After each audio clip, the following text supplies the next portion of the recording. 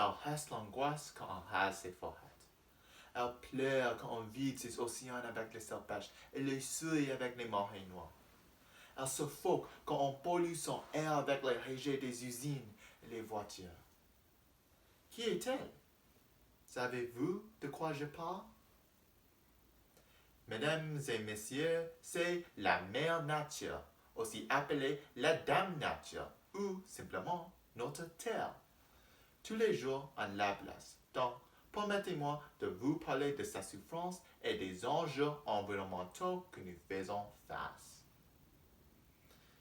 Tout d'abord, comme nous le savons tous, l'être humain est la créature la plus intelligente sur Terre.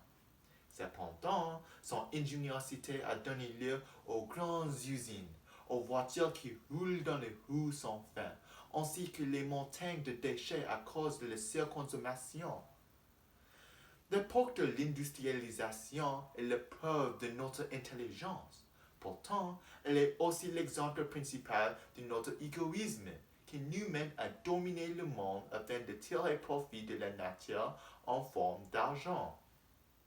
Aujourd'hui, on ne peut que constater les dégâts inadmissibles qu'on a causés. Quand je réfléchis à cette triste réalité, elle me fait penser à mes vacances avec ma famille il y a quelques années aux Bahamas. J'étais enthousiaste à faire de la plongée pour regarder les récifs coralliens des plages. Cependant, la première fois que j'ai fait de la plongée, je me souviens que j'ai été choqué. Je n'ai pas vu les beaux poissons comme je m'attendais. Non, j'ai vu les récifs coralliens morts, les écosystèmes qui étaient autrefois vivants avec les poissons colorés. Mais à ce moment, devant mes yeux, ils sont morts. Quel dilemme! Mais pourquoi? Quand je suis rentré chez moi, j'ai fait de la recherche et j'ai appris que c'était à cause de la pollution, la surpêche, le réchauffement climatique, c'est-à-dire les résultats des actions inacceptables de l'être humain. Les merveilles de la mère nature existaient depuis millions d'années. Cependant, pendant seulement un siècle de l'industrialisation, nous les avons tués. Cela me brise le cœur. Est-ce qu'il y a de l'espoir? Je suis confiant que vous avez entendu les actions génériques pour aider l'environnement. Utilisez les transports en commun, marchez quand vous pouvez, recycler quand c'est possible, ne gaspillez pas d'électricité.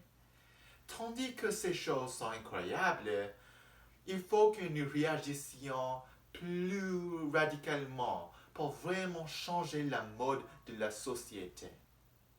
Nous devons condamner les entreprises qui continuent à blesser l'environnement en choisissant les produits et les services des entreprises qui respectent l'environnement, comme celles-ci qui n'utilisent pas le plastique pour ces produits, ou celles-ci qui ne dépendent des combustibles fossiles.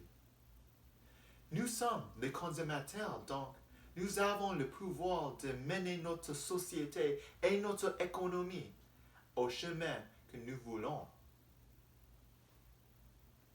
En guise de conclusion, il faut qu'on se souvienne les mots de Mahatma Gandhi. Il a dit que l'avenir dépend de ce que nous faisons aujourd'hui.